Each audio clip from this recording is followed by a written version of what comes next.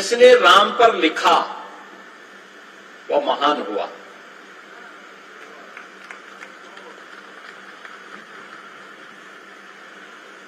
महर्षि नारद ने भी महर्षि वाल्मीकि को एक ही बात कही। जब वाल्मीकि के मुंह पर एक छंद फूट रहा था तो उन्होंने कहा मैं किसको समर्पित करूं? तो नारद जी ने उन्हें प्रेरणा दी कि इस धरती पर लिखने के लिए कोई एक महामानव है जो ईश्वरीय सत्ता का संचालन कर रहा है, वह केवल राम है। राम पर लिखोगे तो लेखनी धन्य हो जाएगी और महानता को प्राप्त करेगी।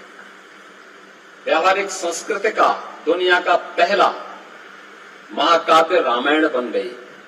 और याद करिए, वह आधार भूमि बनती है साहित्य की। हम वैदिक संस्कृत से व्यावहारिक संस्कृति में आ गए।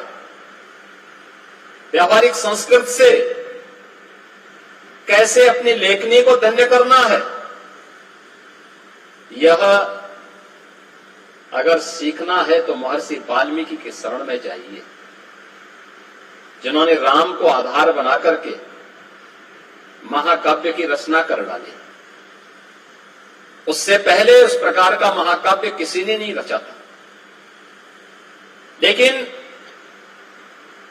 मर्यादा पुरुषोत्तम भगवान राम उसकी आत्मा बने, अयोध्या उसका आधार बना,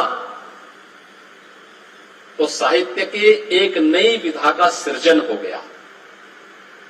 साहित्य की जिस नई विधा का सृजन होता है वह कालांतर में आपने फिर देखा होगा, पुराणों की परंपरा में वही व्यावहारिक संस्कृत अपनाई जाती रही और फिर यह आम जन के लिए इतनी लोकप्रिय हुई कि केवल भारत की ही नहीं बल्कि दुनिया की कोई ऐसी भाषा नहीं जिसमें रामायण या रामचरितमानस किसी न किसी रूप में लोगों के हृदय को न छू रही हो।